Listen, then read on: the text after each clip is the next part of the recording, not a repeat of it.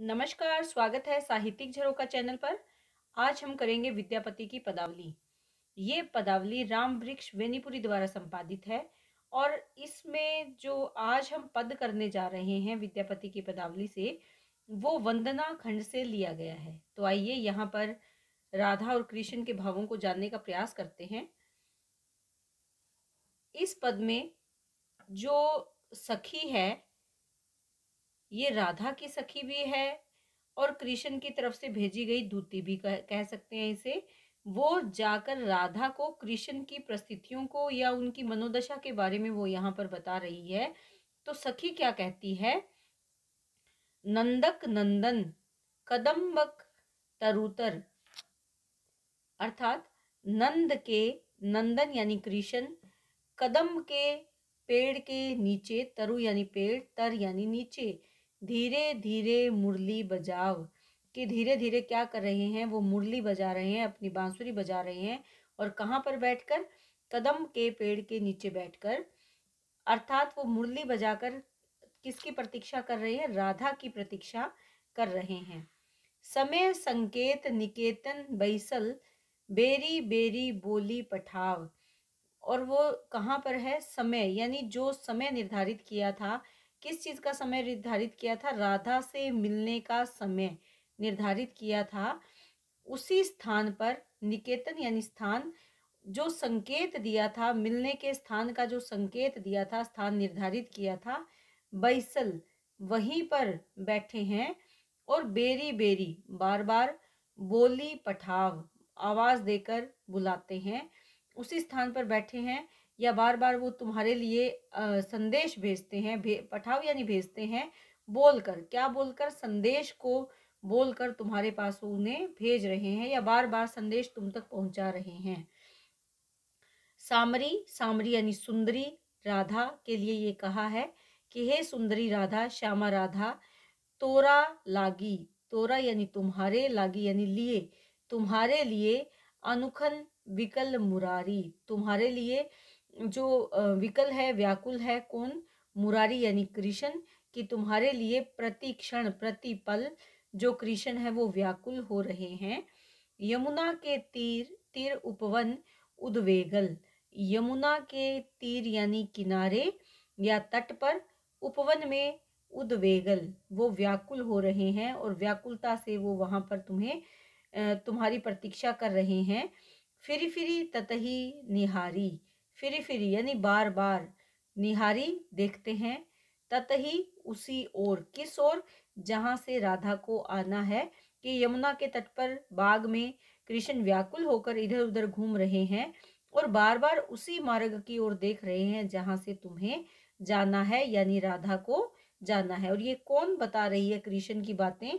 कृष्ण के द्वारा भेजी गई दूती या राधा की सखी राधा से बता रही है कि कृष्ण की स्थिति कैसी है, तुम्हारा वो किस तरह से इंतजार कर रहे हैं। यहाँ पर अगर विशेष की बात करें तो नंदक नंदन में यमक अलंकार का सुंदर प्रयोग किया है। धीरे धीरे, फिरी फिरी, बेरी बेरी, यहाँ पर पुनरुक्ति प्रकाश अलंकार है। समय संकेत, इसके साथ साथ उपवन, उद्वेगल, यहाँ पर अनुप्रास अलंकार का सुंदर प्रयोग किया है।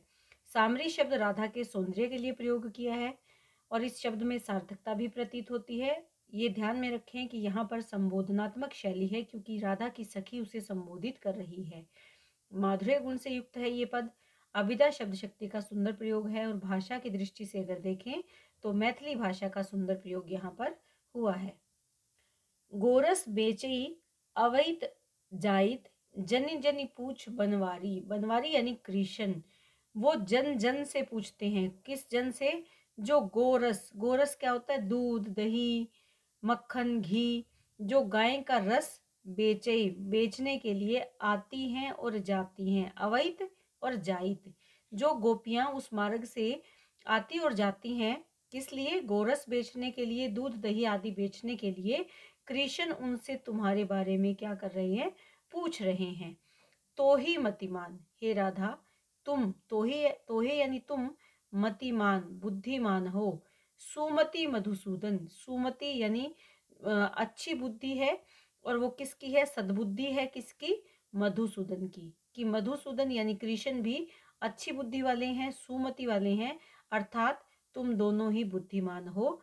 वचन सुनो कुछ मोरा, और मैं ये जानता हूँ या मैं ये मानती हूँ कि तुम दोनों ही बुद्धिमान हो, इसीलिए वचन सुन है कछु, किछु यानी कुछ, मोरा यानी मेरा। ये बात कौन कह रही है यहाँ पर? मेरी बात तुम्हें अवश्य सुननी चाहिए। किसके द्वारा कहा जा रहा है? विद्यापति के द्वारा कहा जा रहा है।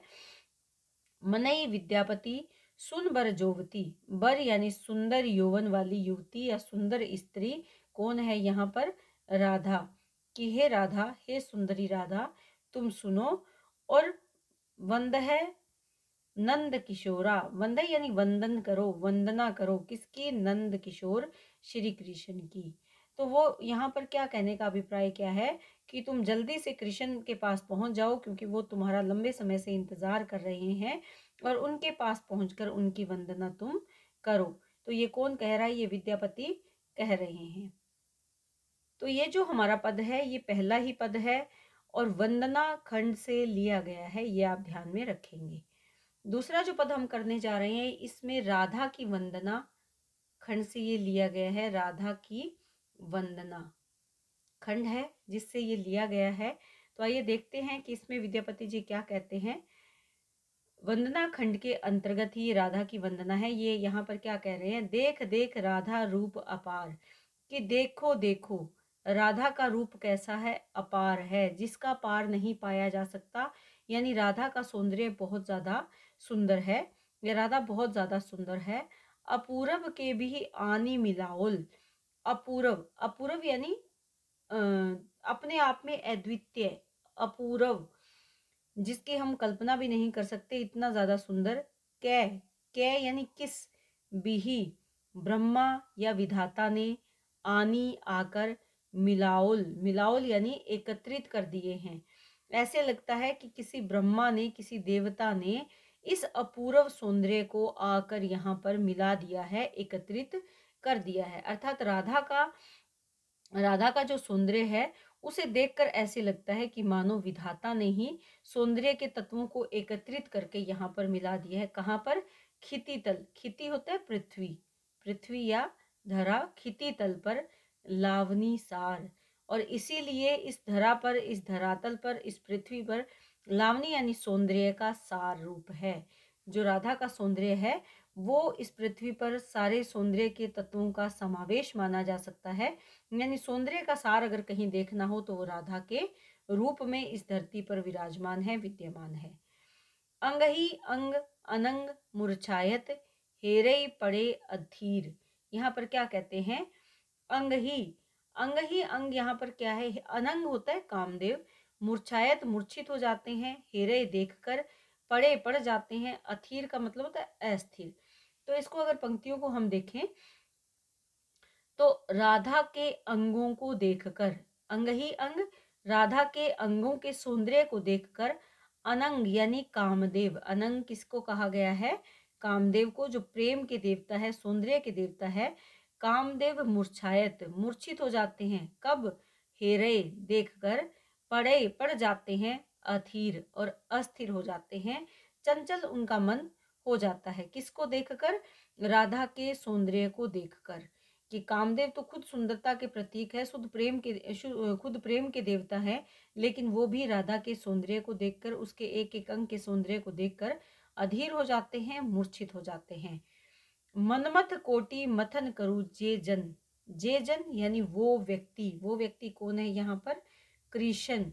और इस व्यक्ति ने क्या किया है?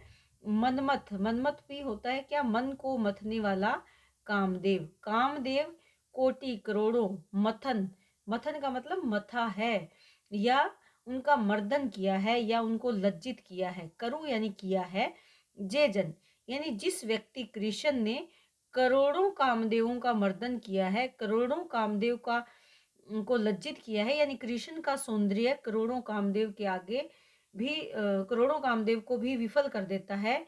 उनके सामने कृष्ण का सौंदर्य कितना अद्वितीय है ये यहाँ पर बताया है कि करोड़ों कामदेव का सौंदर्य भी कृष्ण के आगे फीका पड़ जाता है। इतने सुंदर श्री कृष्ण है, ऐसा उनका सौंदर्य है। वो भी से हेरी, वो भी, हेरी यानी देखकर, मही मधी गिर, मही यानी धरती पर, गिर जाते हैं, मधी गिर यानी गिर जाते हैं मूर्छित होकर। वो भी धरती पर जब उनको देखते हैं, हेरी यानी देखकर, वो भी जब राधा के सौंदर्य को देखते हैं तो मूर्छित होकर इस धरा पर, इस धरती पर गिर जाते हैं। किसको देखकर? कृष्ण राधा के सौंदर्य को देखकर इस प्रकार से आकर्षित हो जाते हैं, इस प्रकार से गिर जाते हैं। कहाँ पर? मही यानी धरा पर, पृथ्वी पर गिर जाते हैं। अर्थात राधा का सौंदर्य कृष्ण को भी आकर्षित या मोहित करने वाला है। तो यहाँ पर अगर विशेष की बात करें तो देख कर में पुनरुक्ति प्रकाश अलंकार है, देख देख। इसके साथ साथ अगर देखें तो अंग अनंग, यहाँ पर रूपक अलंकार है का सुंदर प्रयोग किया है।